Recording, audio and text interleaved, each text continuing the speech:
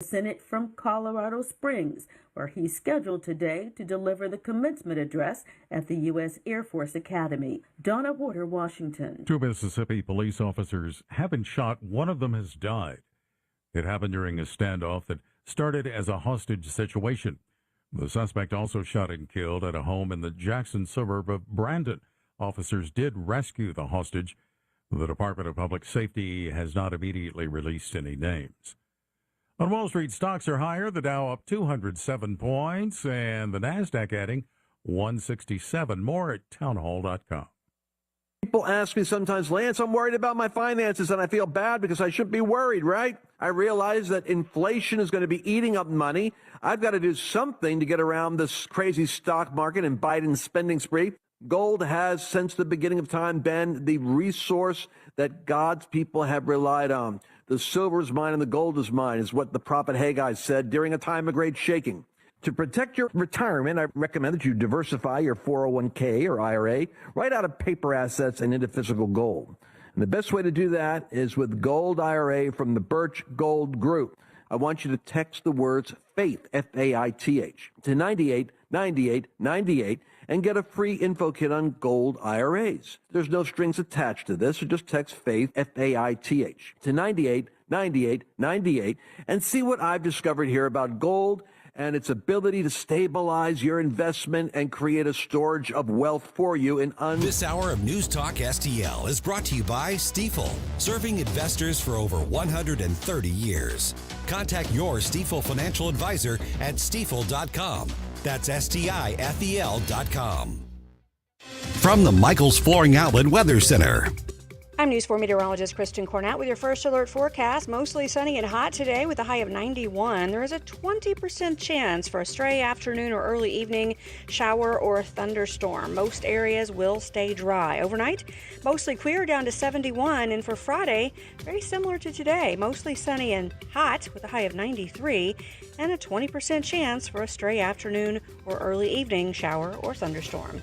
That's your first alert forecast. I'm meteorologist Kristen Cornett. In St. Louis, the number 5 means only one thing: Albert Pujols. On Saturday, June 10th, the Cardinals host the Reds, and that day, 25,000 fans ages 16 and older will take home their own Pujols Cardinals Road Saturday jersey, and 10,000 kids ages 15 and younger entering with a ticket will get a kids Pujols jersey thanks to High Chew. That's Saturday, June 10th, the Cardinals, the Reds, and the Pujols jersey giveaways. Great seats remain. Get your tickets at Cardinals.com. Saturday, June 10th is the 31st annual Christian Day at the ballpark, presented by He Gets Us. That day, the Cardinals host the Reds, and fans are invited to stay in their seats for a post-game program featuring current Cardinal players, broadcasters, and this year's featured speaker, former Cardinals player and member of the 2006 championship team, Scott Spiezio. That's Saturday, June 10th, Christian Day at the ballpark. For full details or to purchase tickets, visit cardinals.com/Christian Day. This hour of Colombo and Katie brought to you by Gutter Pros. Water goes where we tell it. Call 314-656-7195 or visit them at gutterpros.com.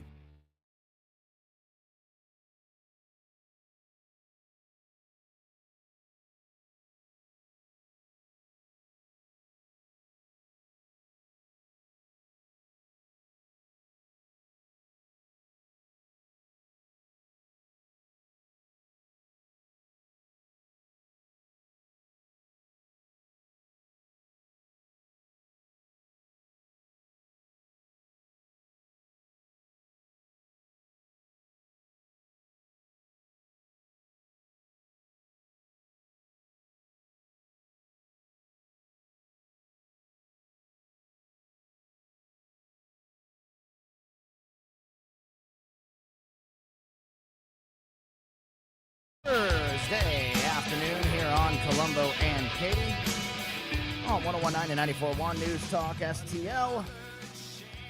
I am Tony Colombo. However, my partner Katie Fitzpatrick is not here this afternoon, but the great Joey V is, and he is running the show over there. How are you? Hey, my friend. Good to see you. It's good to see you, buddy. You promised some fun time today, and I think we'll do our best. We will. We will have a little fun time today. We've got a big show for you today. Packed show. Lots, of course, to talk about. We will talk to Dr. Randy Tobler in a little less than an hour from now, just after 3 o'clock. We're also going to talk to the Sheriff of Jefferson County. Sheriff Dave Marshak is going to join us a little bit later on this hour in about 35, 40 minutes. Sheriff Marshak is going to be with us. I want to get his it's always good to check in with Sheriff Marshak. He's been on the show many times. I want to get his thoughts on some of the political issues of the day. For example, the idea that something that Katie and I talked about a week or so ago when it happened. I think a lot of us had thought the defund the police movement has sort of faded into the background and was something that even progressive Democrats had given up on. Not completely, not all of them, but the majority of them. Right up until there was a vote in the United States Congress last week where the majority of House Democrats did not vote to support a resolution that would that basically condemned the defund the police movement. So the majority of Democrats could not bring themselves to vote to condemn that movement. So I don't know. Maybe it's a little bit more alive and well than some of us realize. So I'm going to get Sheriff's thoughts on some of those type of issues, but also just it's a perfect time of the year to check in. Kids are home from school. It's just a great time to check in with the sheriff and kind of, go over some of safety tips and things like that. Important stuff for your summer season. And in just a few moments, we are going to talk to the Washington, D.C. correspondent for Red State, Sarah Lee, another person who's been on the show many times. And, of course, definitely wanted to talk to Sarah today because of everything happening at the Capitol. The debt ceiling debate is, continuing. There was a big vote in the Senate today regarding Joe Biden's student loan forgiveness situation. So, lots to talk to Sarah Lee about, and we will do that in a few moments as well. Let's dive into some of the headlines to get the show started here. The House passed legislation late yesterday to implement the debt ceiling agreement negotiated between President Joe Biden and House Speaker Kevin McCarthy, putting Congress on track to allow more borrowing just days before the government is expected to run out of money. The bill passed in a 314 to 117 vote that saw majorities in both parties support the agreement, which also meets the Republican demand of cutting non-defense discretionary spending over the next 2 years. Republicans supported the bill by a margin of 149 to 71, and Democrats supported it 165 to 46. Democrats took credit for helping get the bill across the finish line earlier in the day. 52 Democrats made the rare move of voting with Republicans in a procedural vote to keep the bill alive. The House vote sends the bill to the Senate, where Majority Leader Chuck Schumer promised earlier today that it would hit the floor, quote, as soon as possible. So obviously this is creating quite the stir. A lot of folks on the right, apparently not the majority, but many voices on the right are saying that this was capitulation to the Democrats, that as usual, it's the Republicans that have to give in, that have to negotiate, have to come off of their original position, while the Democrats never seem to have to do that. And Senator Mike Lee was on, did an interview earlier today, and he, I think, summed up that thought by that side of the Republican Party that thinks that this is not the right deal for Republicans.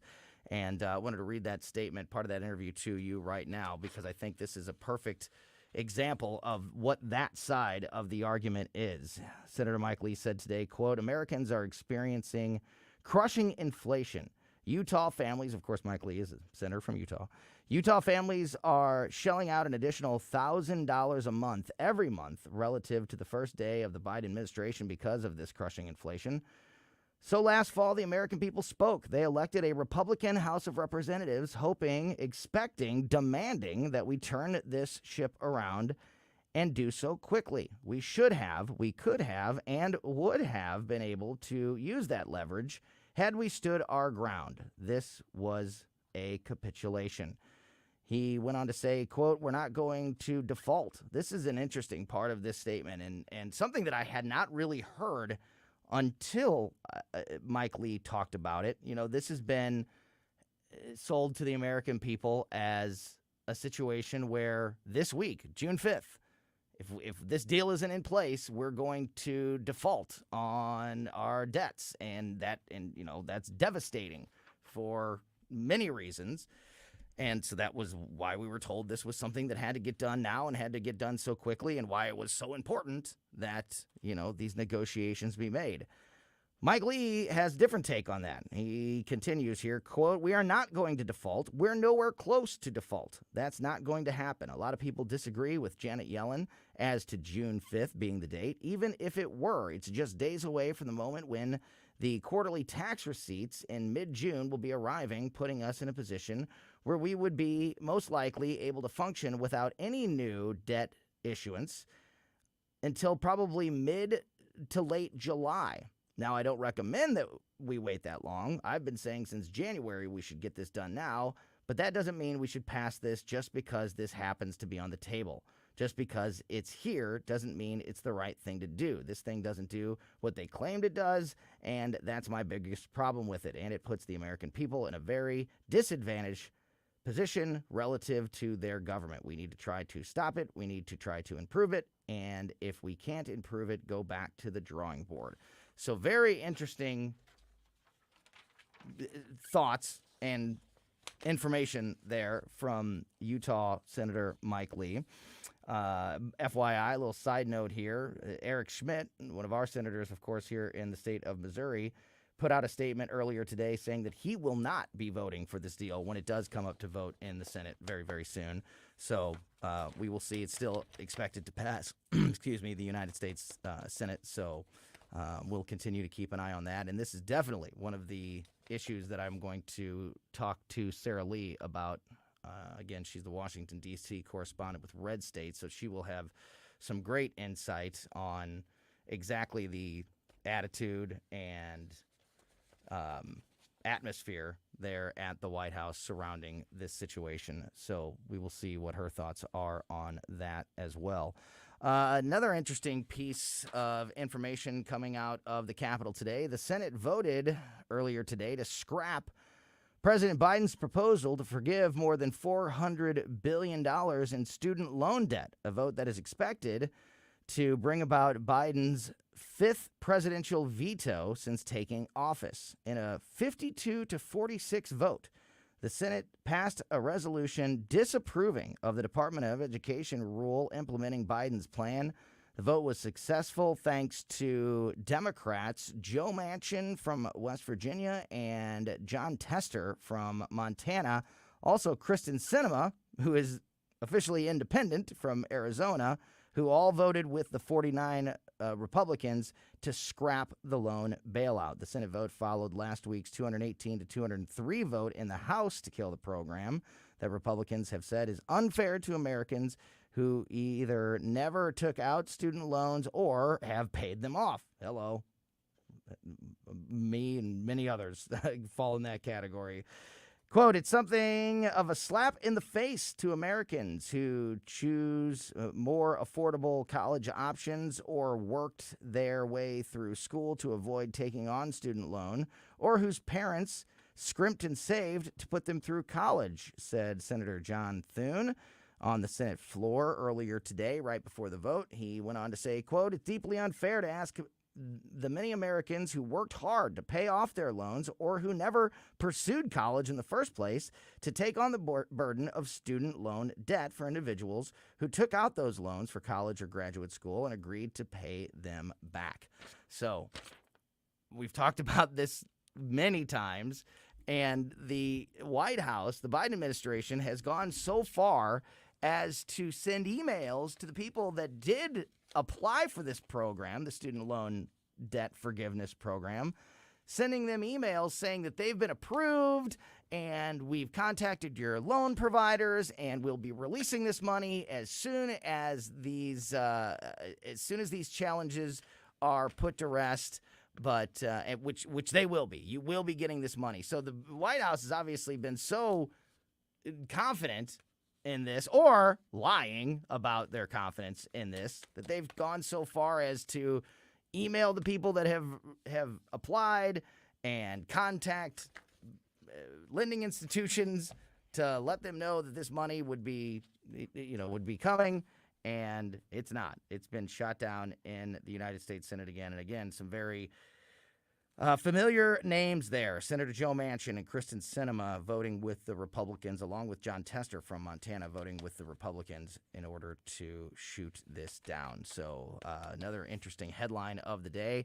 And another thing that we will also touch base with Sarah Lee on and kind of get the White House's reaction to this vote, because this just happened an hour or so ago is when this vote happened. So it's very fresh there in the Capitol. And as I said at the beginning there, it's expected to bring about Joe Biden's veto. And so we'll see if the White House has made an official response to that or not. Let's see. Where do we want to go next? Not that one. Here, how about this one? How dishonest will the media be leading up to the 2024 presidential election? Here's an interesting story about that. I mean, if you already have to double check every story you read in the media, this will be this will enforce that belief to the nth degree. Florida Governor Ron DeSantis sharply dismissed a reporter asking why he wasn't taking questions from voters while he was taking photos and questions from voters. He was asked the question at an event in New Hampshire, and he was in the crowd talking to people who attended the event, taking photos. They were talking to him, asking questions. He's answering them. And this reporter comes up and asks, why aren't you answering people's questions? Quote, people are coming up to me, talking to me, Ron DeSantis said, surrounded by members of the crowd in response to a question from Associated Press reporter Steve Peoples. What are you talking about? Are you blind? Are you blind? People are coming up to me, talking about whatever they want to talk to me about. NBC News reported that DeSantis did not answer questions from his lectern so voters could hear all the answers at once. DeSantis Press Secretary Brian Griffin reacted to the video and to the report on Twitter by saying, quote, this AP reporter asked this question while Ron DeSantis was surrounded by voters in New Hampshire, asking him questions and taking pictures. Perfectly illustrative of the modern media shutting their eyes and ears to the truth to push their narrative. So just thought that was a very interesting story, that the AP is willing to put out a report that says Ron DeSantis isn't answering questions from voters, and he's asked the question, why are you not answering questions from voters? Literally while he's answering questions from voters. So we'll keep an eye on that sort of story also as the 2024 presidential election continues to roll along. All right, lots more to talk about. There's more going on with Ron DeSantis as well. Ron DeSantis and Donald Trump have been mixing it up this week.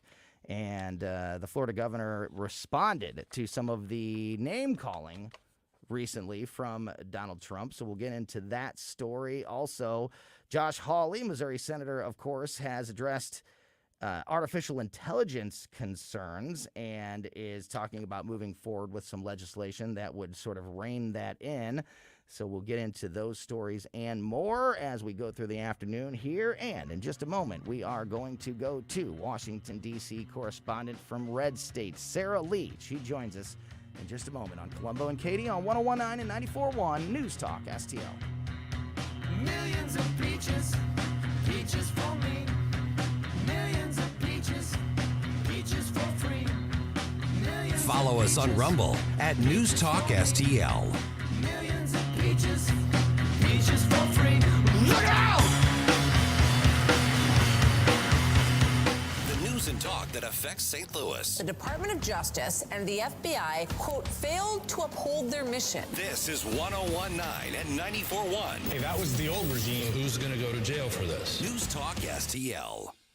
You guys have heard me talk about the great quality of work that you get when you are working with a team at STL Fence Works, and I can't recommend that you call them if you need a new fence at your home or perhaps a leisure space. STL Fence Works, a great local company that has service and results that are absolutely second to none. They offer a multitude of fencing options, including vinyl and ornamental, that can help you increase the privacy and security of your home or business while simultaneously adding a visual element and upping the curb appeal of your property. They also offer decks, leisure spaces, gates operations, and access systems. You can schedule a free estimate with STL Fence Works right now and also ask them about their buy now, pay later option. STL Fence Works, we've had them do work at our home.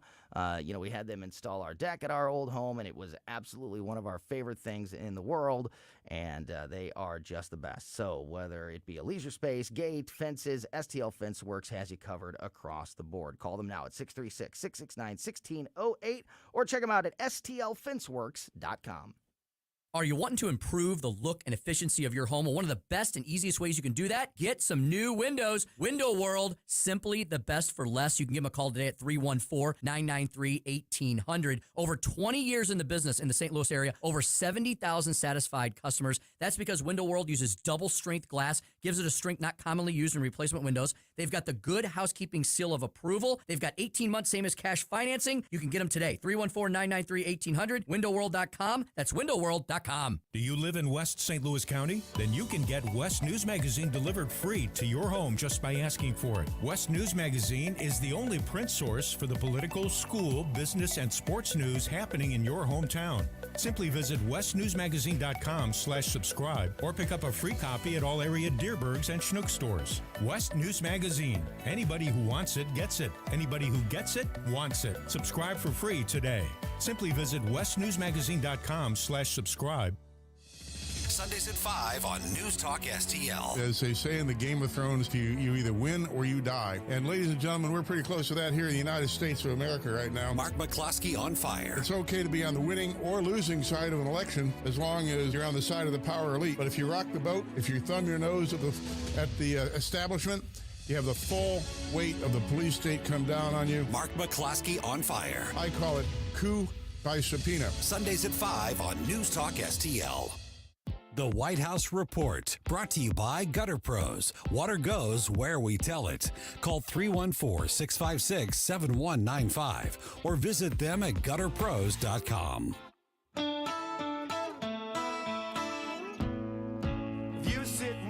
Follow Tony Colombo on Twitter at Tony Colombo Talk.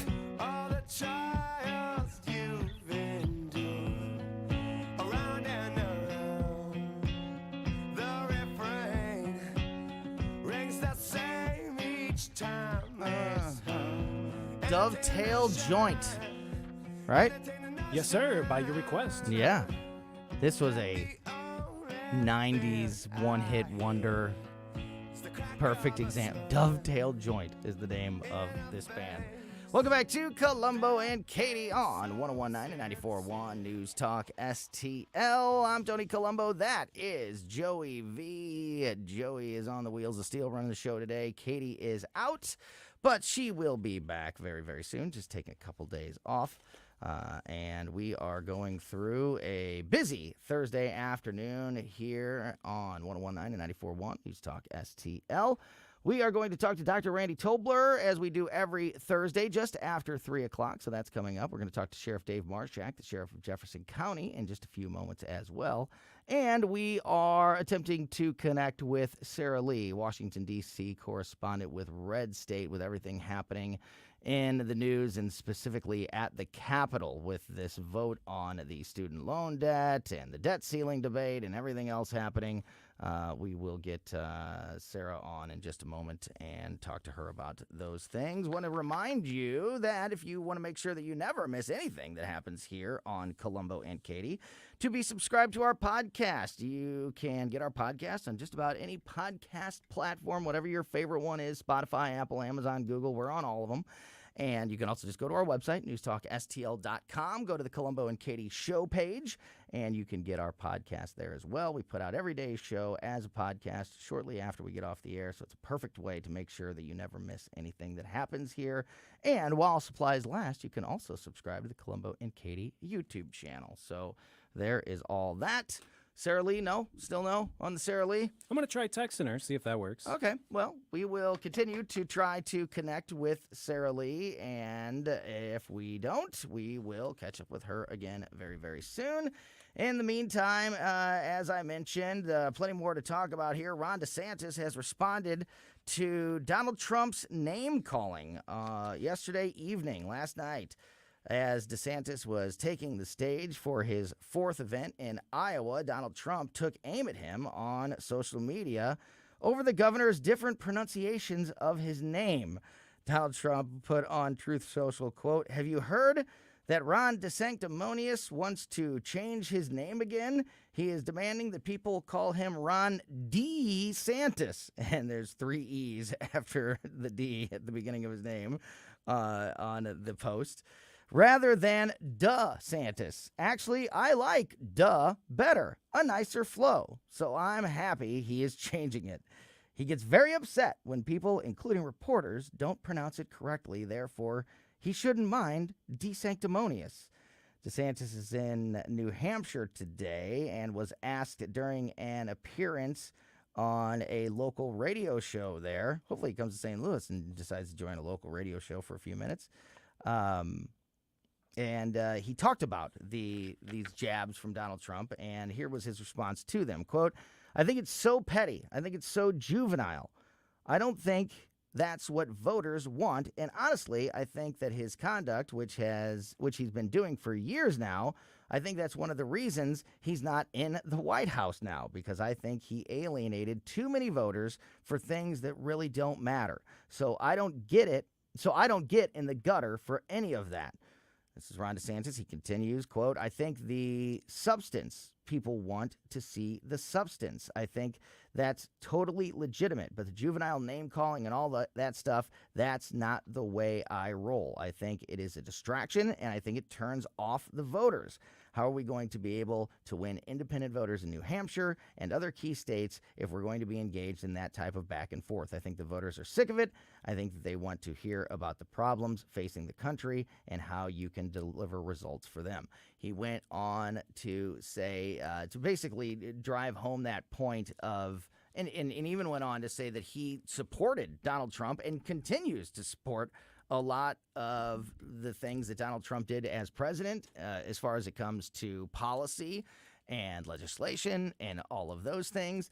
He said that he, supported the president on many of those things and continues to agree with the president on many, not all, but most of those types of issues as well, but is trying to make the clear distinction, the clear difference between him and the former president, he is not going to get down in the name-calling gutter, as he put it, with Donald Trump. He, however, did say this week, which I think is interesting and could make for a very entertaining presidential election season, that he is going to not he's not going to ignore it. He said that he is going to respond, and he's going to counterpunch, and he's going to defend himself against even these petty types of attacks, which I think is an interesting approach, because I think a lot of people either try what we saw in previous elections and people dealing with Donald Trump is they either try to completely ignore it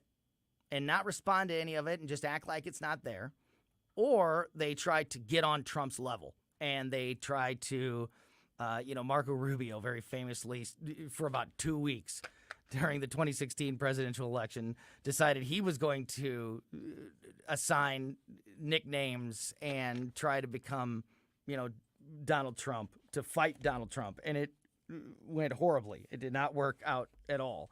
But those have been sort of the two main ways that we've seen other opponents of Donald Trump handle this. But Ron DeSantis has said he's not going to do either of those things. He's not going to get in the gutter. He's not going to join Trump in that type of rhetoric.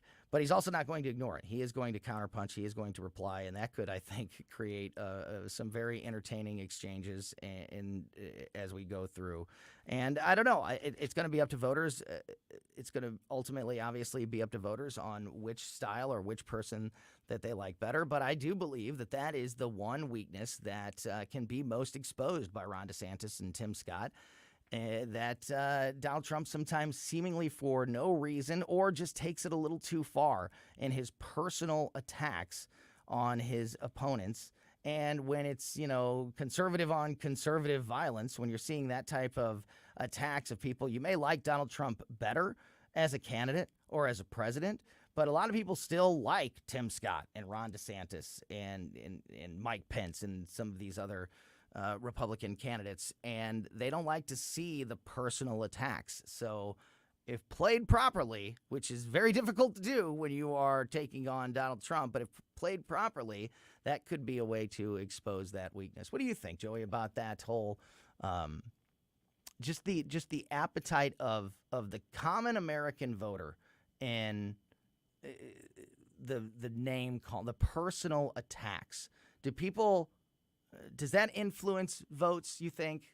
And I'm not talking about people that don't like Donald Trump. I'm not talking about people that aren't going to vote for Donald Trump already. They are already gone. I'm talking about people that are potentially Republican voters that like Donald Trump, liked him as a president, but can his behavior turn them off and maybe lose him some of those votes, in your opinion? Maybe. Something I saw recently was this side-by-side video of DeSantis doing Trump's hand gestures.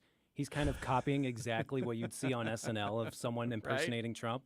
And it seems like that's kind of a little nonverbal dig at Trump.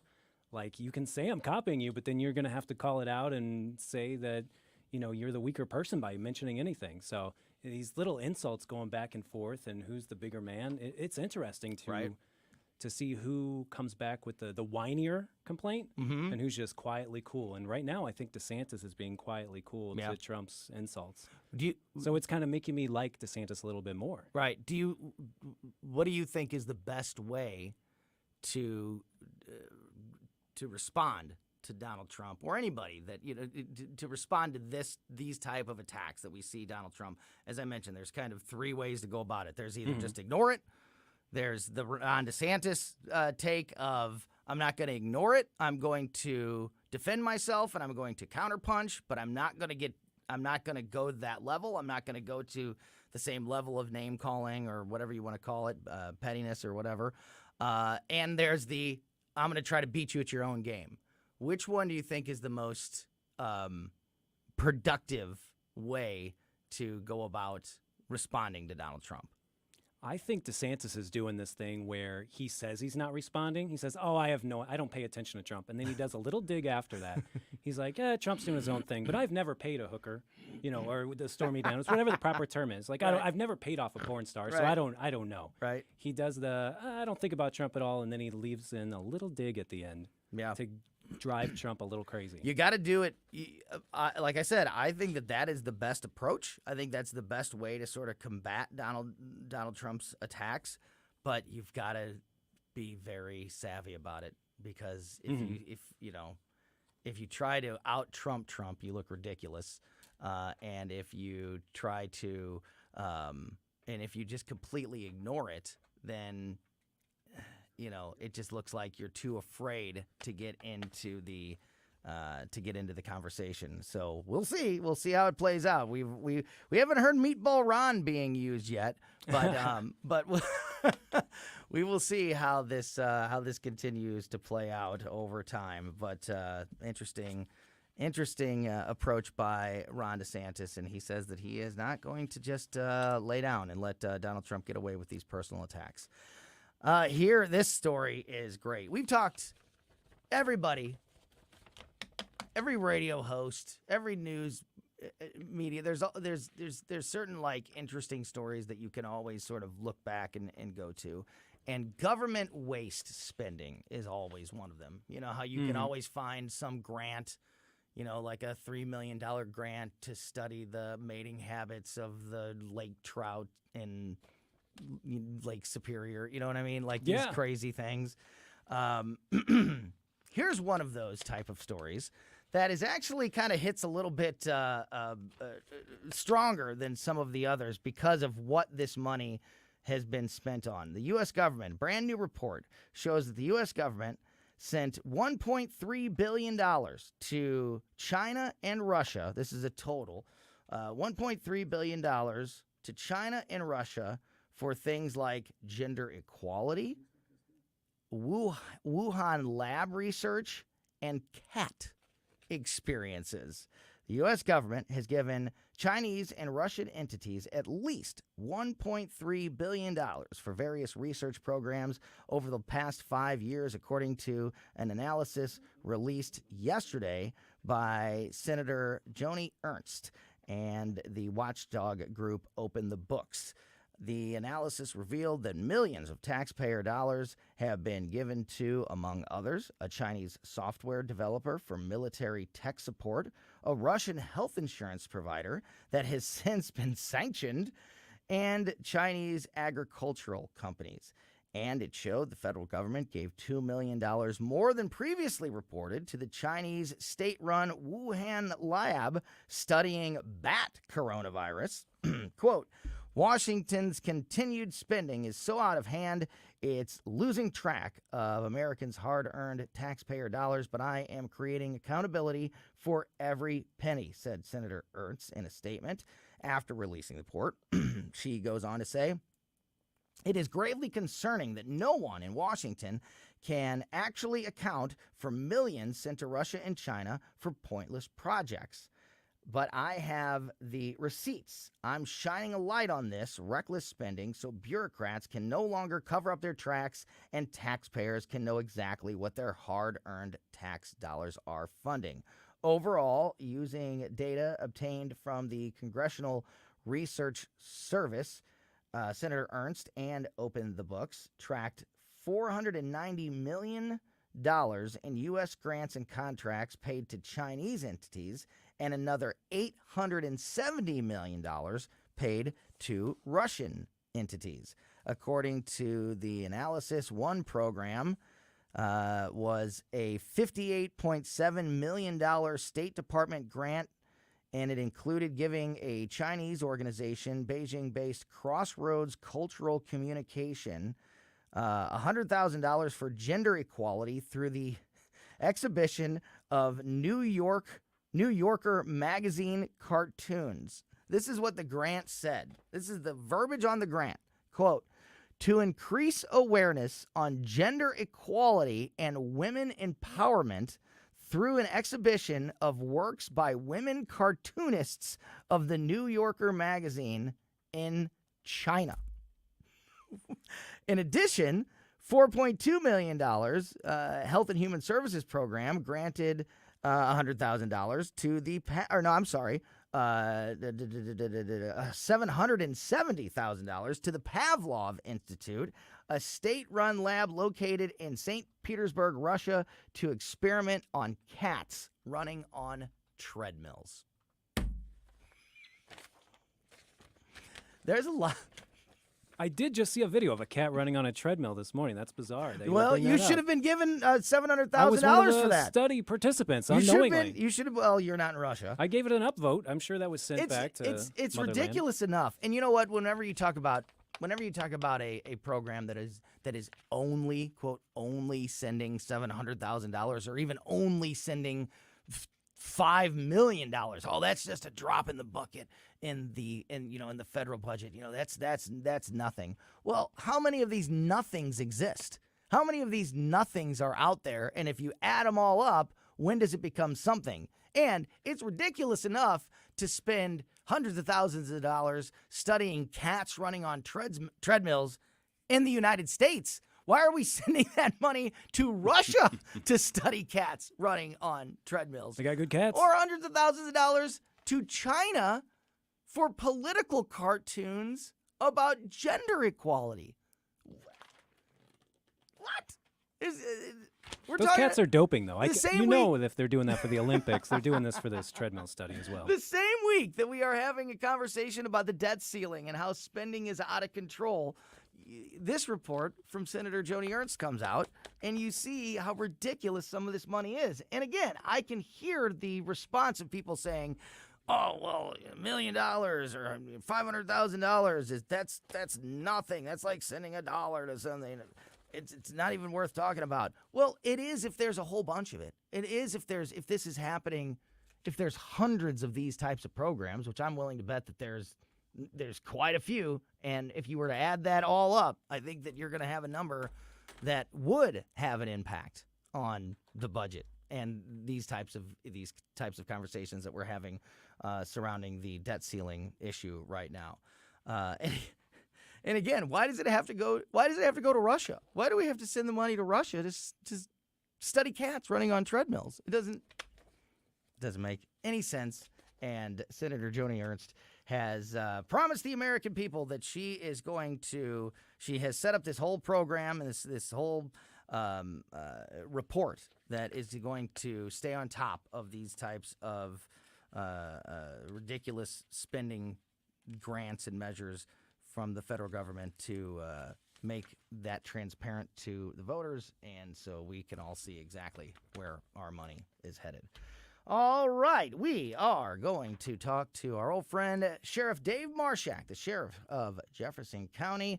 Have some political issues I want to talk to the sheriff about. The Defund the Police movement seems to have a little bit more motivation behind it than I think many people thought, even at this point.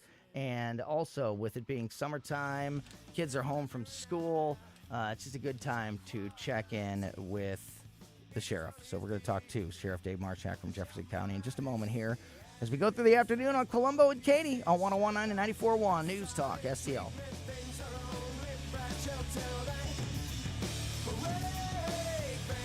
Stream Colombo and Katie at newstalkstl.com.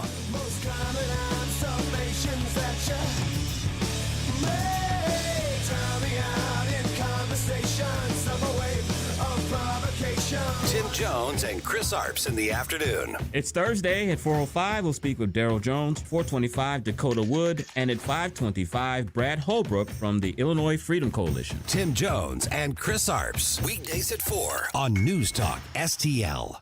So speaking of the summer season, there's a lot of new activities happening out there. Maybe your kids are involved on a baseball team or belong to another organization that needs to raise money.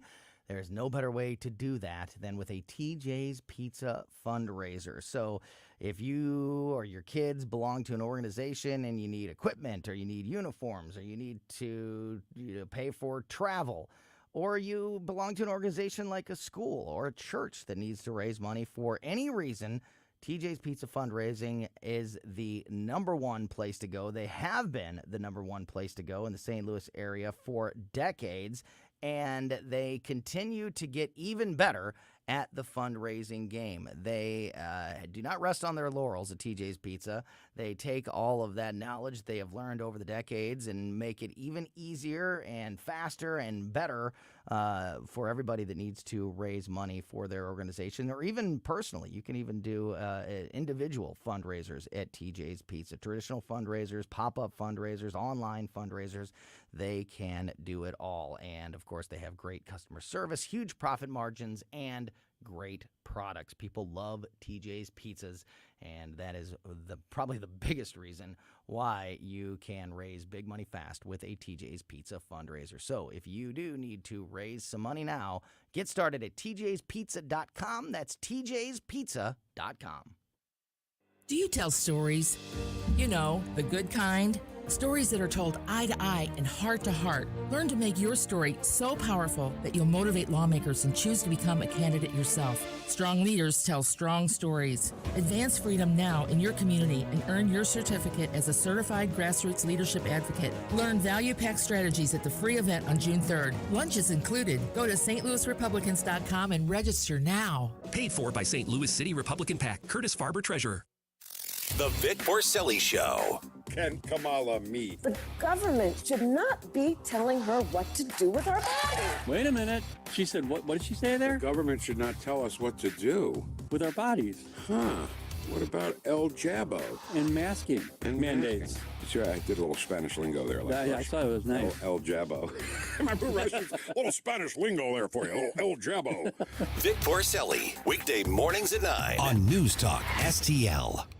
News Talk STL is proud to have Doug Voss of Safe Money Radio as part of our lineup each week. Doug has been a staple on St. Louis radio for many years as one of the leading financial experts in the area. Doug and Safe Money Radio is on 3 times every weekend, but in case you miss anything, you can check it all out at DougVossSafeMoneyRadio.com or call 844-676-SAFE. That's 844-676-7233. Doug Voss is a registered representative. Securities offered through DHL Securities, LLLP. Member FINRA and SIPC.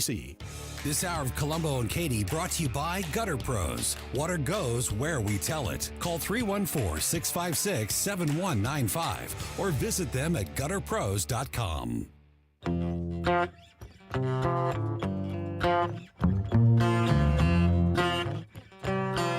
Like us on Facebook at News Talk STL. Welcome back to Colombo and Katie on 101.9 and 94.1 News Talk STL. Tony Colombo here in studio with producer Joey V on the Wheels of Steel. Katie is out today. And joining us on the line, and now, as I mentioned in that last segment, is our good friend, Sheriff Dave Marshak, Sheriff of Jefferson County, back on the show with us this afternoon. Sheriff, as always, really appreciate your time this afternoon. How's it going? Oh, thanks. Hey, thanks for having me. Hope everyone's getting a great kickoff to summer, and hopefully you guys are doing well. Yeah, absolutely. We sure are. Weather-wise, at least, we couldn't have asked for a better kickoff to summer. The last week or so has been just absolutely gorgeous, and I hope it continues. No complaints. Yeah, I want to get into some of that stuff. Just kind of talk about the summer season, and with kids being home from school, just maybe some things that people should keep in mind. Safety things like that. But I want to get the hard stuff out of the way first, Sheriff, because you were the first person I thought of when I saw this story last week, and Katie and I covered it when it happened. It was Police Week recently, and across the country, and the United States Congress had put forward a couple of resolutions just to sort of support law enforcement during Police Week. One of them was simply a resolution that honored police officers across the country that have died in the line of service, and it was almost unanimously voted on by Congress people on both sides of the aisle, Republicans and Democrats. There was only 2 members of Congress that did not vote to support that resolution. One of them, of course, was Cori Bush here in St. Louis. The other was isn't that embarrassing for our region? It is embarrassing. I mean, if you look at the representatives across the entire country, and there's only 2, and one of them's from our region that has some of the highest rates of violence in the entire country. I know. It's unconscionable. It is. However, it was, besides those 2, this was overwhelmingly supported by both sides of the aisle, which that never happens, no matter how easy of a vote you think it is. Republicans and Democrats just almost never agree, at least, at a level like that. But then there was another vote. There was another resolution, I think the very next day, that seemed to be just as easy of a slam dunk, but it was very different in the results. And it was basically a resolution that just condemned the defund the police movement. There was no legislation attached to it. It was just, hey, we want to put our names down on record as saying that we condemn the defund the police movement. And the resolution passed, but the majority of the Democrats, the majority of the Democrat Party in the House, did not support this resolution. And I had thought going into that vote, that attitude, that the momentum behind defund the police, while certainly not gone, was something that was not, even on the Democrat side of the aisle, was not the majority level of thinking. So that really gave me pause, and really kind of a gut punch. What are your thoughts? You know, we've talked about this the last few years since this defund experiment has started, and you and I agree this is very predictable what the outcome is going to be. And you know, there was some criticism on those who spoke out against the defunding and still stuck up for police despite some of the things that had happened, because I think we recognize you have to have a safe community where people want to live and raise their families. And police are not perfect, and we need to hold them accountable when they're wrong. But at the same time, they serve as a valuable resource into the communities, and they make sure that the community is safe. Defunding has always been a tragedy. It's always been a failed experiment. It's been sugar-coated. I've seen it happen because of the conversations with mental health professionals, and there is a need for those, and we have 3 at the sheriff's office, and I know many police departments around the area have implemented that, but not at the expense and manpower of police resources that are needed to keep the community safe. So I think as we continue, I don't know that the narrative is going to change anytime soon unless the polling reflects it among voters. And that's what motivates some of those politicians to take an about face and then support law enforcement. Sheriff, kind of related, and another thing that you and I have talked about many times on the radio, especially in recent times when these types of ideas, defund the police, was such a prevalent thing. You guys in law enforcement, particularly folks like you that lead police departments or law enforcement agencies, staffing and just having the bodies, the people to do the job has been a problem. It's been people don't want to, they don't feel supported, and they second guess whether they want to become a police officer or stay a police officer. Has that gotten any better or worse, or stayed about the same over the last? No, it's actually getting worse. Wow.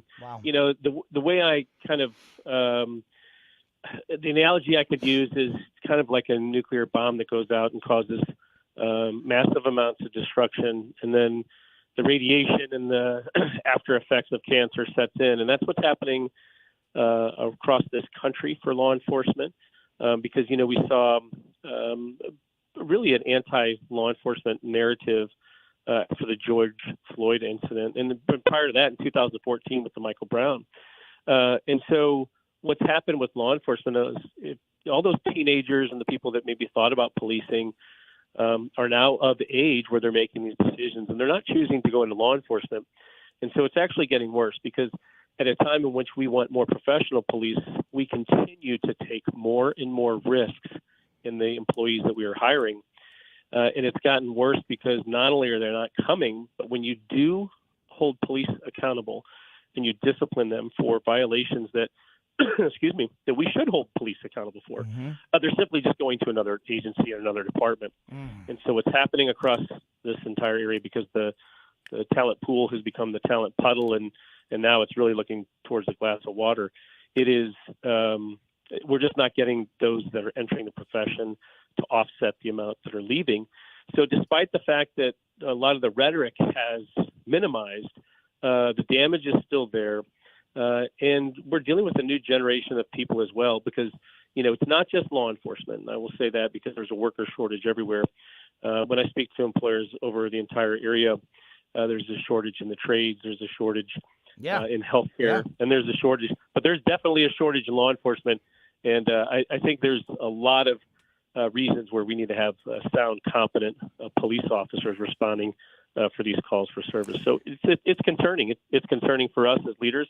It's concerning for us that see it every day in the community. Yeah, it should be concerning for everybody. And unfortunately, we only got a couple minutes left here, but I'd love to get you back on sometime very soon to kind of continue that conversation, because this is a dangerous path, and if we allow ourselves to stay on it, it can become very dangerous for people, not just in our area, but across the country. I did, Sheriff, we're talking to Sheriff Dave Marshak, Sheriff of Jefferson County. I did want to just ask you, I know there's a lot of people, my kids are home from school. Summer has started. I think it's always just kind of a good idea to remind folks of some, basic safety tips from the eyes of a law enforcement officer on things that you can do to. My message is simple. Look, a lot of good times come from alcohol, and a lot of tragedies start with alcohol. Yeah, that is a fact.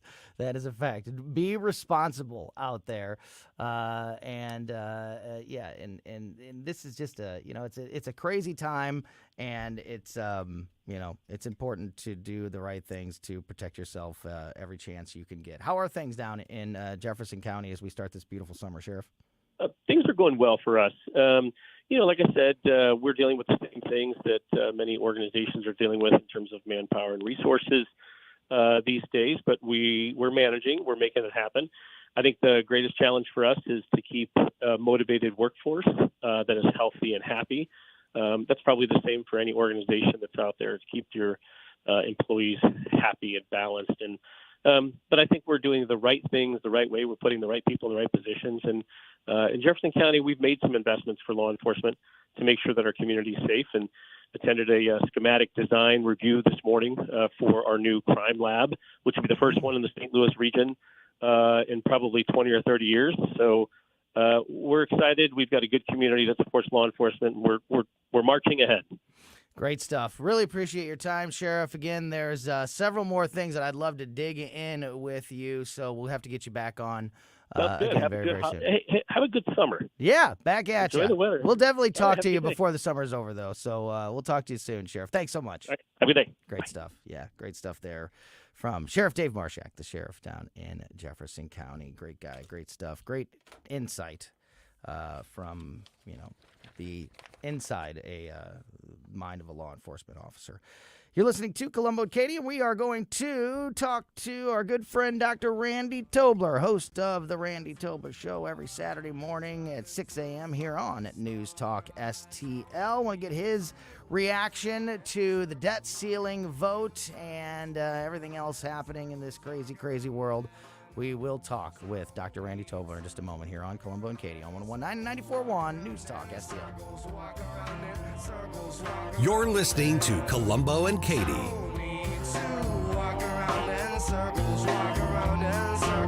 I'm Dr. TJ, owner of the Institute of Natural Health, co-owner of Optimal Nutraceuticals, and the host of Wellness 101. Wellness 101 is designed to cut through the nonsense and provide you common sense, science-based information regarding health and wellness. On the show, we discuss topics like thyroid health, gut health, hormone optimization, and many others.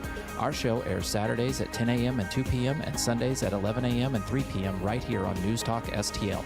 For more information, visit us at inhstl.com.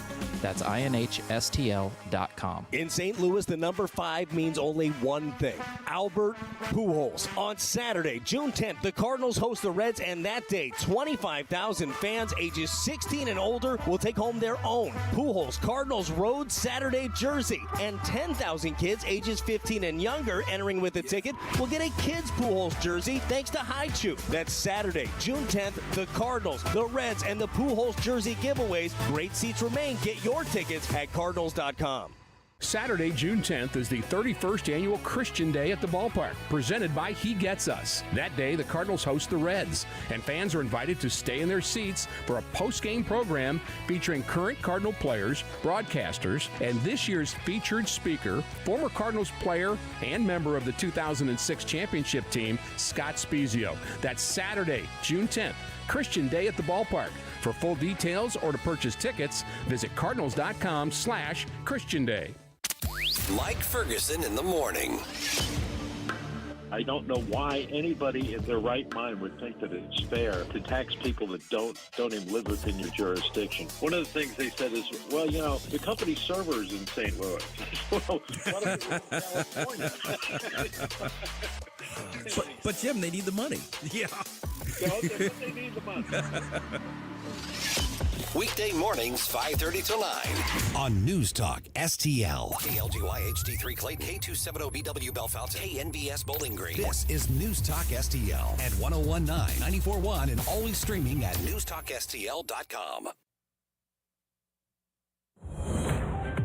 Breaking news this hour from townhall.com. I'm John Scott.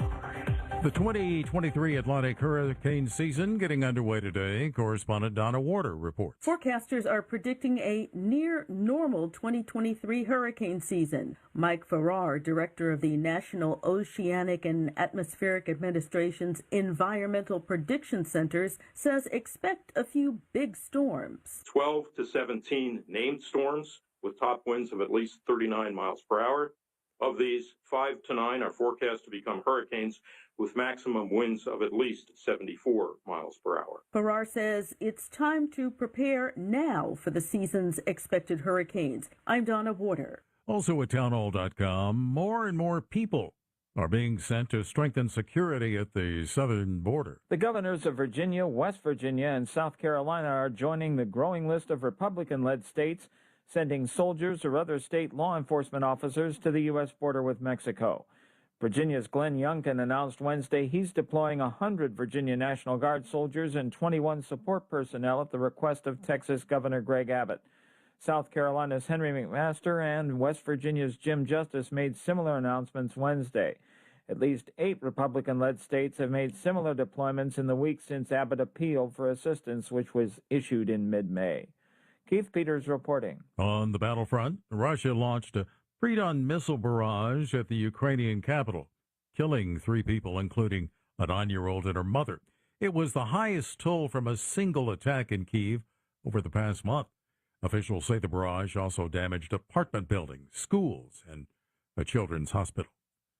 Stocks finishing higher, the Dow up 154 points, and the Nasdaq added 165. More at townhall.com. Dennis Prager here. Sue and I mean it when we say dogs are part of our family, and there's nothing like their loyal companionship. So we provide them with Rough Greens, R-U-F-F, because we want them to feel healthy and be with us as long as possible. I know Charlie Kirk feels the same way. The Pragers and I couldn't agree more. I rely on my trusted furry friend, Mr. Briggs, who's an absolute machine, and he relies on me to provide what's best for him. Naturopathic Dr. Dennis Black has packed Rough Greens, not a dog food, but a supplement full of vitamins, minerals, digestive enzymes, and omega oils that Mr. Briggs absolutely needs and loves. Trying Rough Greens for your dog just makes sense. Greetings, Naturopathic Dr. Dennis Black here. I'm honored that the Pragers and Charlie trust their dog's health to Rough Green. I'm so confident that Rough Green can help your dog too that I'm offering you a free Jumpstart trial bag. Just cover the shipping. Yes, dog food is dead food, but it doesn't have to be. Go to RUFF Greens. From the Michaels Flooring Outlet Weather Center. I'm News 4 Chief Meteorologist Steve Templeton with your first alert forecast. A few isolated showers this evening. They fade as the sun sets, but a heads up that is a possibility. Otherwise, we'll wake up to dry, mild, and muggy conditions. A low of 71 Friday morning.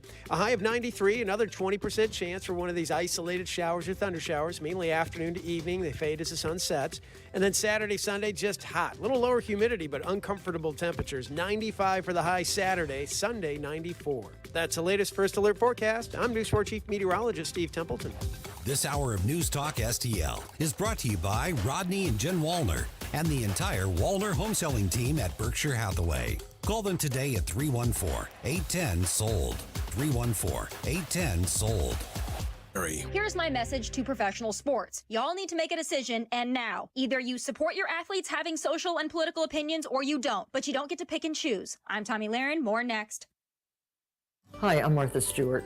Every year, more than 4 million pets enter shelters here in the United States. My friends at American Humane have been helping animals since 1877. The goal is to ensure that pets have a safe shelter, especially during natural disasters. Adopting a shelter pet allows shelters to help more animals awaiting care. Please consider adopting today and take some time to learn more about American Humane's other work at americanhumane.org. My friend Blue Jays pitcher Anthony Bass posted a reel to Instagram regarding the Christian boycott of Target and other woke brands and stores, but in short order, he was all but forced to make a statement of apology to the LGBTQ community, though his post was not anti-gay in the least. But since Bass plays a professional sport and worse, a professional sport in Canada, he was made to apologize. Baseball is his job and one he's worked his whole life for. He knows that if he didn't toe the line, his butt would be on the chopping block in one way or another, regardless of his performance. It's pretty clear. Everyone is allowed to have an opinion in this country except for straight white Christian males. So I say to the woke lot of commissioners and owners in professional sports, pick a lane. Either you support your athletes having social and political opinions or you don't. You don't get to pick and choose. I'm Tommy Lahren, and you can watch my show Tommy Lahren is Fearless at Outkick.com. Subscribe and watch your favorite News Talk STL shows. Mike Ferguson in the morning, The Vic Porcelli Show, Colombo and Katie, Jones and Arps. Webcam streaming on Facebook, Twitter, Rumble. Subscribe and watch News Talk STL.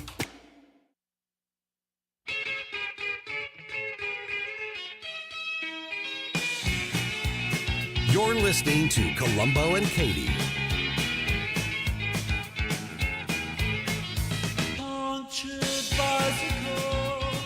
Indeed, you're listening to Colombo and Katie on 101.9 and 94.1 News Talk STL. I'm Tony Colombo. My partner Katie Fitzpatrick is out today. Joey V in studio with us, and joining us now on the line, as he does every Thursday afternoon at this time, is Dr. Randy Tobler, host of the Randy Tobler Show every Saturday morning at 6 a.m. here on News Talk STL. Doc, how are you, my friend?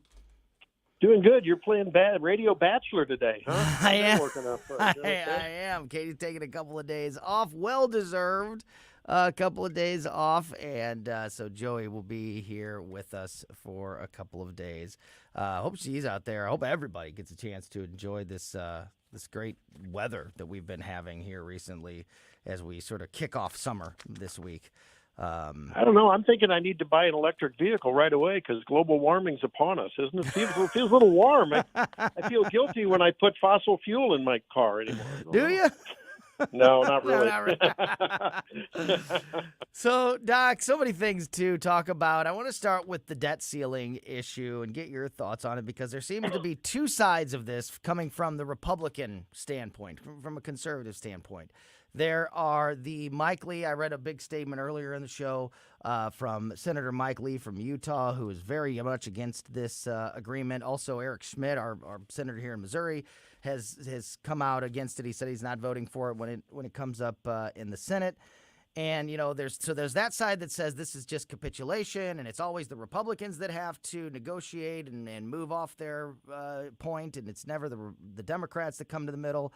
And then there's the idea that while it wasn't perfect, Republicans did get more than maybe they have in the past, and it's a, quote, step in the right direction. That's exactly how Speaker McCarthy characterized it. Which side of the argument do you fall on, Doc? I think they're all right, and I think that the bigger picture that none of them want to admit is that this should be called the Incumbent Protection Act of 2023. Yeah.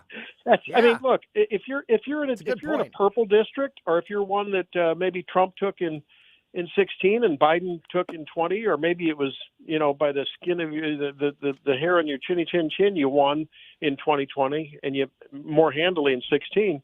The country is turning liberal and purple more and more in more and more places. So I can understand why they crafted this, especially given McCarthy's weak, bargaining position. Yeah, the House controls the spending, but ultimately the Senate has to approve it. Mm-hmm. So there's a lot of complicity required here, and of course Biden has to sign it. So I think realistically, pragmatically, if he would have held out another 36, 72 hours, could he have gotten a little more? Yeah, maybe. At the end of the day, was he going to get anything near what the original bill was that was passed? And if they would have held out, I am confident in this media atmosphere, corporate atmosphere, donor atmosphere, social media atmosphere, and frankly, the body politic atmosphere, I'm afraid that I know who would take the blame and they would certainly play up the default. I have questions as to whether that would have been as existentially threatening as they'd like to make it be. Mm-hmm. But given all of the public, the PR realities of this, the political realities, and at the micro and the micro and macro level, I actually think everyone got what they wanted. It provided cover for the ultra-conservative MAGA people to say, I voted no, look at that. So they're guaranteed a re-election. And the purple guys are guaranteed re-election. They'll keep enough people happy to get re-elected. So everyone's happy, and we keep spending money. And, the poor little guy keeps, when will we be taking wheelbarrows of dollar bills to buy a loaf of bread for crying out loud? Yeah, everybody's happy in the government is what you're saying. Not everybody's happy. Right. Not the voters across the country.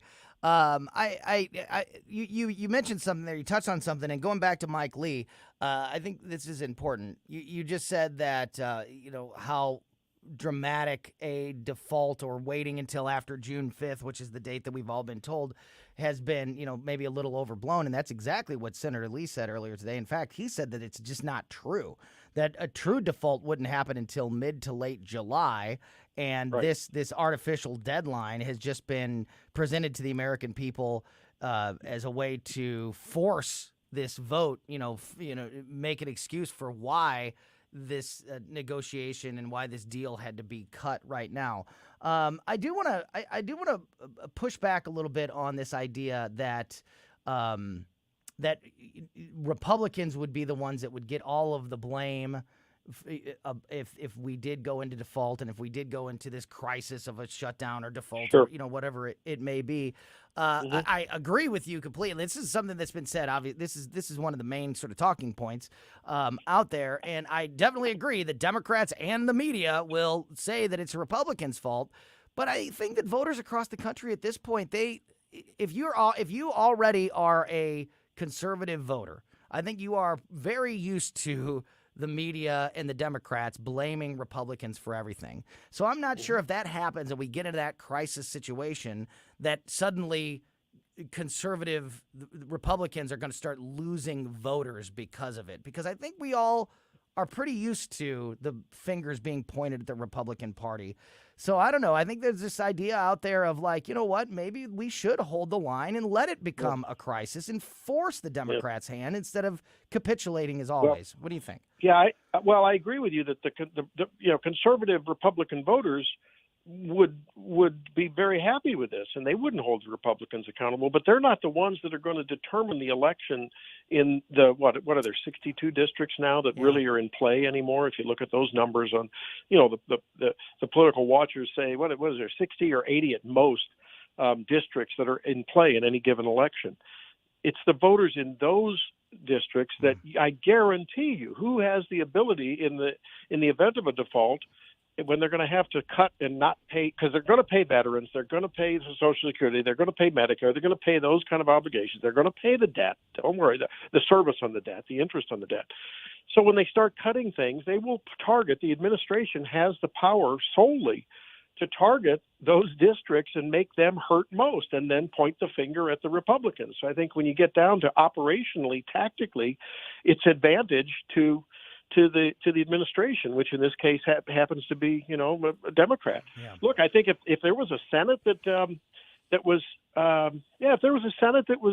Democrat, but we had a Republican in the White House that had a spine, I think like a Trump or a DeSantis or someone of that, Tim Scott, I think it'd be a different story. I'd be singing a different tune. But remember, in the last time this happened, they shut down the Veterans War Memorial, for crying out loud. How much does that cost? But it was the optics of it, and the people that's going to affect are the ones in those districts.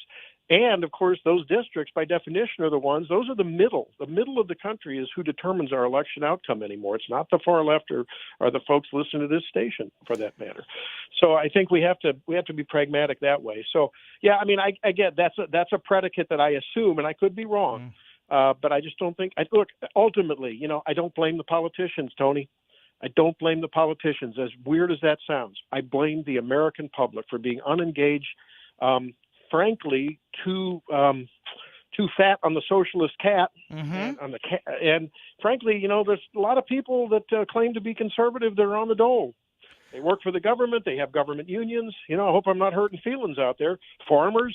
It's the largest wealth. The USDA is the largest. The Farm Bill is the largest welfare bill in the nation. So we're a welfare program, right? They need to have cheap food to give to people on SNAP. And so they have to have that produced cheaply. Well, then we subsidize farmers. God love the farmers. Look, I'm in the medical industry. 67% of every healthcare dollar comes from the government. You think a lot of those self-proclaimed conservatives that are getting are being supported by Medicare and Medicaid, including the vendors in the industry? You think they're going to be too crazy if the Medicare and Medicaid doesn't get supported? I don't know. Look, I think we've reached the tipping point, and I said it before. I think the teeter's tottered in this country, and we can just slow it down. I like that. I'm going to use that. And I agree with you completely, Doc. And it's something that Katie and I have talked about multiple times here recently. I do blame the politicians when they are selling a lie and they are getting away with it. But once that's been exposed, once you have the facts are out there and people know what these politicians like Joe Biden and others are all about. Katie and I were having a perfect example of this. Katie and I were having a conversation the other day, and we were talking about the 2024 election and the idea of Joe Biden winning, which I just can't even fathom. I can't even envision Joe Biden being president 6 years from now, which he would be if he was my 6-year-old son, who is just about ready to start first grade. How old he will be. He'll be 12 years old by the time that Joe Biden would still be president. That is just unbelievable to me. But if it happens, and how bad I think it is, and how bad off the country will be if that happens. You get what you ask for. I mean, if we elect Joe Biden, if we put this administration back in the White House. I mean, look, how many more fentanyl deaths will there be? Oh. How many more, murders in the south side of Chicago? Oh, well, pray tell, in St. Louis, Missouri, in urban centers, it's spreading into rural areas. In Columbia, where I do the weekday show, it's a rash of crime. It's at the top of everyone's talking points, and everyone's talking about sending social workers and social equity, and we just need to understand, So look, I don't know. Maybe I think this country has always been reactive, Tony, and we don't really proactively think about consequential activities. And so if A, then B, then C. Ooh, I'm not liking the way that's going. I mean, we don't think like a chess game, right? And that's a big problem. And unfortunately, as it's gotten out of hand, it's almost hard to think it all through. Can you imagine a congressperson looking at a bill and, oh my God, it's 99 pages. Well, what about there's probably good and bad parts to every bill, right? Mm-hmm. And it's just, there's too much centralization. And people, if they would just realize, look, you may suffer for a little while personally, but you'll never go hungry in this country. You will not be forsaken for health care. Those are myths. Those are myths spread by, evil politic people. I'm sorry. That just doesn't happen. But I got to tell you, until we all sort of take the bull by the horns and individually decide to, if it means falling on the sword, do the right thing for the right reason. Look, I'm standing here in a startup medical practice that's not very busy right now. It's a direct to primary care practice. I've jumped off the turnstile. I cannot morally be a part of mainstream medicine. I can no longer do it. I did it for over 30 years. I couldn't be a part of it. Not enough time with patients, not enough time understanding patients.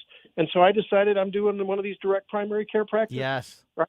Because I'm going to practice what I preach. And until everyone decides to do that, and trust me, it's not good in the pocketbook, brother, but that's okay because it's the right thing to do for patients, frankly, for colleagues that will see hopefully the example and will follow me.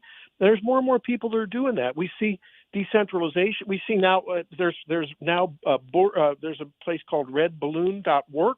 Andrew Krapachetz has a place. It's an exchange where employers who don't believe in DEI and employees who don't want any part of that, they just want to get paid well for a good day's work. Guess what? Now we've got, what else? Public Square. We've got that. We've got all these people are jumping off, and I'm sure it causes short-term pain for these people as they start up. But we're going to have to develop an alternative, an exemplary model that goes back to individualism, support for the right reason for others when people need it, but only when they need it, and usually for a brief while.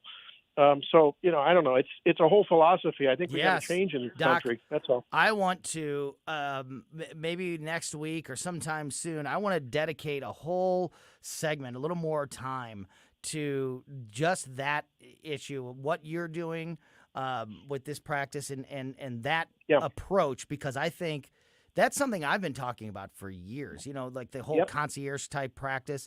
Like that is, for me, that I have searched for that type. It's out there, but it's very rare. But you and others are starting to bring that to be more of a more common thing. And I don't think people understand it, but when they do, I think they will embrace it. Because we should talk about it. And I want to. There's a lot of layers to it, but I do. Yeah, there's a lot of layers, and if there's employers that are interested in it, in getting off of the merry-go-round where they pay 10% increases and patients are paying more out of pocket, I'd be happy to.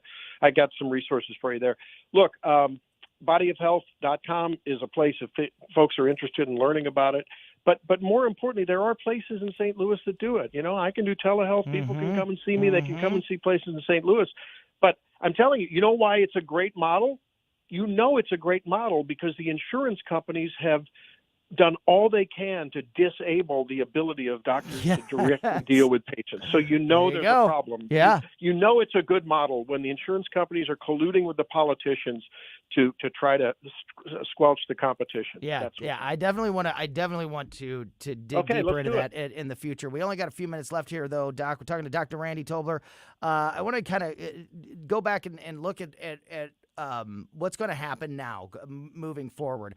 You may be like me, somebody who was very wary of Kevin McCarthy becoming Speaker of the House. And then I think that there was a lot of people that felt that way, that over the last few months have taken the approach of, man, he's done a lot better job than I thought he has. But I think that for a lot of those people, he lost all of that goodwill in this negotiation process. And if you remember back in January, one of the negotiation tactics that he made in order to get that support to become Speaker of the House was he allowed some rules to be changed. And one of those is that it only takes one United States congressperson to start the process of either removal or the debate to remove Kevin McCarthy. There's a lot of people on the more conservative end, the House Freedom Caucus and folks like that are very upset about this. Do you think that we are going to see that drama unfold in the Republican Party over the next couple of weeks? You know what? At the end of the day, I don't hold Speaker McCarthy responsible for what's in the bill. I only hold him culpable and am angry that he misrepresented it, right? If he'd have just said, look, we didn't get anything near what we wanted. What did you expect, guys? We've got a slim majority in one half of the legislature. Really? If he'd have just come out and been honest. And I think they all realize that spin is their art. That's their language. That's their Rosetta Stone. You got to take Rosetta Stone before you go up there and be a congressman. Did you know that? You got to take congressmanese. And so he does that well, though, right? He spins it well. But I think he spun it too well to his own caucus. May get him in trouble with the caucus there. I think he spun it too well or too aggressively with the American public as well. People are searching for authenticity. And if we could find a speaker who would just call it like it is and be honest with the American public, boy, wouldn't that be refreshing? That's where I hold him at fault. I don't think any other person would have done any different except a Freedom Caucus person.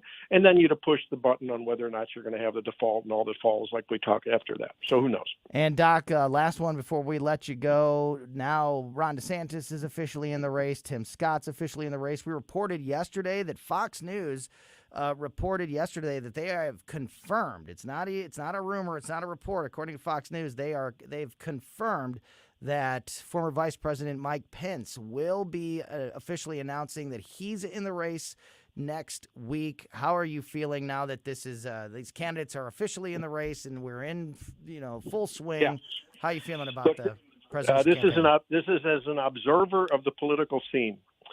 I don't think Donald Trump is going to be the nominee for the Republican Party because I think there are some really talented people who carry his policies who don't have his baggage, especially the latest one, calling Kayleigh McEnany, a rhino. I couldn't believe that she that he went after her. That's unbelievable. Well, he's off the rails. He's Yeah. off the rails. And That he's one not shocked good for me. the party. He's not good for the country at this point. And remember, it was last week sometime the Cardinals played. I saw a pitcher for the first time. I was listening, and my God, that pitcher mowed those Cardinals down the first time. Second time around the bat, they hit him pretty good. That's what you're looking at this debate season with Donald Trump. Oh, the debates.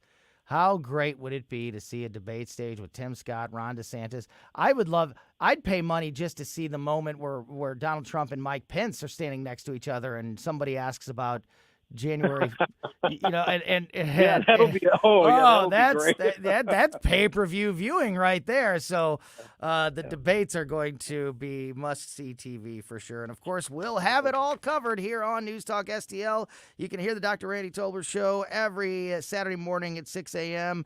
And of course, also every day at 4 o'clock there in Columbia. So we'll let you go, Doc, and we'll all be listening on Saturday morning.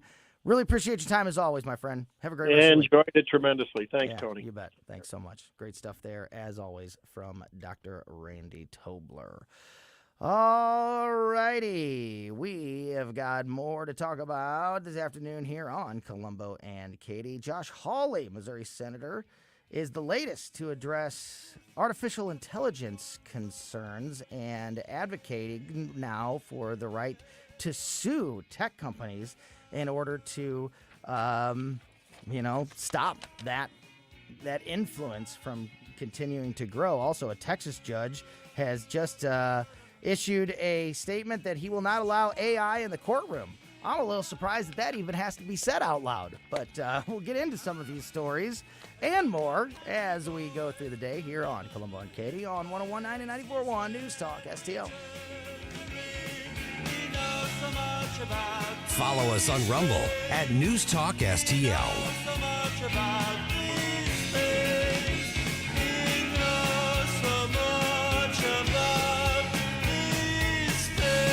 Colombo and Katie, the new faces of talk radio.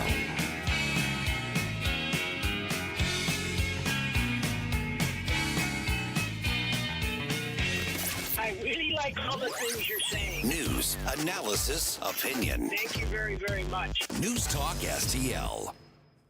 So Zero Res, the great cleaning pros at Zero Res that we have relied on many times at the Colombo house to clean many different surfaces in our home, is making it easy right now with an unbelievable special for you to get your home ready for the summer season. As I mentioned, Zero Res has rescued our home many times over the years, whether it be, because of pets or kids or just life in general. And with Zero Res, we talk a lot about carpet cleaning because they are the best when it comes to carpet cleaning your home or your business. But Zero Res can do so much more. They can clean just about any surface in your home. So whether it's carpets, tile, rugs, upholstery, air ducts, all of it, Zero Res their service is absolutely the best in the business when it comes to cleaning those things. And right now, they are offering you 20% off all services. Again, very simple, straightforward way and an incredible offer to get your home ready for summertime. All you have to do is mention the Colombo special when you call, and you will get 20% off all services. So whatever you need to be done, 20% off as long as you mention the Colombo special. Call Zero Res now at 314-474-2020 or just book online at ZeroResSTL.com. Spell it forwards or backwards, it spells the same, Zero Res. This is Larry Connor's commentary on News Talk STL. The latest Monmouth survey says a majority of Republican voters believe Donald Trump is the best Republican to beat Joe Biden in 2024. Trump is crushing DeSantis, yet both candidates have high favorability ratings among Republicans. The director of the survey said the issue is DeSantis has yet to make a case why GOP voters should vote for him over Trump. And, of course, we have more candidates entering. The more that enter the primary, the more likely it is that Trump will again go to the top. But then can he actually beat Biden? One push that DeSantis' team will be making is, do you want a president for just 4 years or someone who can serve longer? If elected, Trump can only serve 4 years. That's based on the 22nd Amendment. But if Donald Trump can reach an agreement with DeSantis and they can serve together, president and vice president, the last 2 years of his term, if Trump would do so, he could step aside. DeSantis could fill that and be eligible for 8 more years, 2 more elections. Will that be the deciding factor in the end? Who can actually win and then end up serving longer than just one term? For more, listen to the Larry Connors USA Daily Report tonight at 6 on News Talk STL. Hundreds of homeowners and businesses had or will have water main breaks. Wellington Environmental has a warning.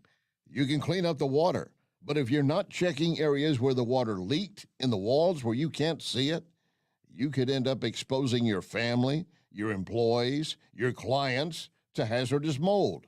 Wellington Environmental reminds you, if that mold is not detected, properly treated, removed, that is a risk, a liability you do not want. Wellington clients, including hospitals and schools, trust Wellington to make their environments safe. Call 314-644-4930, 644-4930. AAA rating with the Better Business Bureau, 314-644-4930. Wellington Environmental, your world, cleaner, better, safer. Be well with Wellington. Mike Ferguson in the morning. I don't know why anybody in their right mind would think that it's fair to tax people that don't even live within your jurisdiction. One of the things they said is, well, you know, the company servers in St. Louis. Well, what if it's in California? But Jim, they need the money. Yeah. Okay, but they need the money. Weekday mornings, 5:30 to 9 on News Talk STL. If you're even thinking about buying a home, you need to contact Homestead Financial Mortgage. Get pre-approved. Jump ahead of others looking at the same house.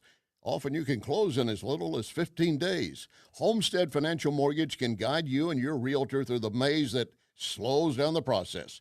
Go to my website, easy to remember, larry.homesteadfinancial.com.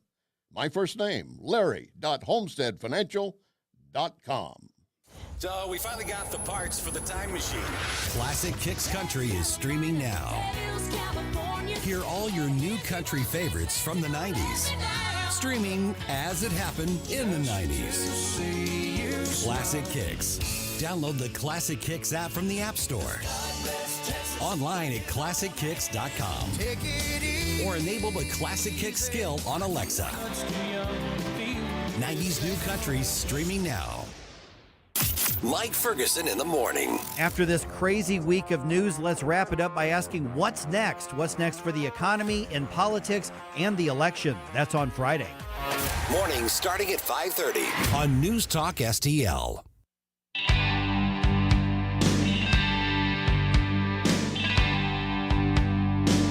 Follow us on Rumble at News Talk STL. Welcome back to Colombo and Katie on 101.9 and 94.1 News Talk STL. Tony Colombo and Joey V in studio. Katie is out today. I want to remind you that we have once again teamed up with Blust Jewelers, just like we did on Mother's Day, this now to celebrate Dad's and Father's Day. And instead of having you go to our website and filling out the little form, the I love my mom because, now we want you to share with us your best dad joke. So right now, if you go to newstalkstl.com, share your favorite dad joke with us. We'll post every entry on our website for everyone to enjoy, so everybody can go there and see all the great dad jokes.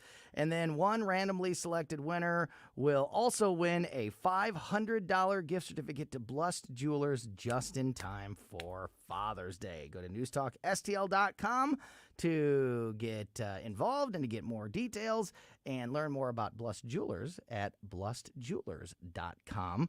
And as I have been saying all week, I am every day going to try to come up with another dad joke to share as an example of the type of things that you can put on the website to... You got a banger right there? I got 2. I had 2 yesterday. Ooh. I have 2 more. I probably need to stop doing 2 because we'll get a week or so down the road on this, and I'll start running out of dad jokes. You can't hear the second one over the groans from the first one. Yes. So here we go. Here's a couple dad jokes for you. And if you have a better one, please go to newstalkstl.com and submit it and get yourself registered for this $500 gift certificate to Blust Jewelers. All right, ready, Joey? What do you think of, what do you think of these? Prepared as I can be. What do you think of these 2? I completed my first jigsaw puzzle the other day. Okay. Really proud of myself. It said 4 to 6 years on the box, but it only took me 18 months. Huh? I like it. All right, this one is maybe for more modern audiences. I feel like Katie would be playing a condescending boo right now, but No, I'm not going to do that. I'm supportive of this. This would be Katie's response right here. That would be Katie's Oh, response. good. All right, here we go. One more. Why should you never shower with a Pokemon? Tell me. He might Pikachu. Oh, come on! Get out right? of here. You're a charming Charmander. That's Thank you. James's. That's I see what you did there. That's James's favorite one right there, the Pokemon joke.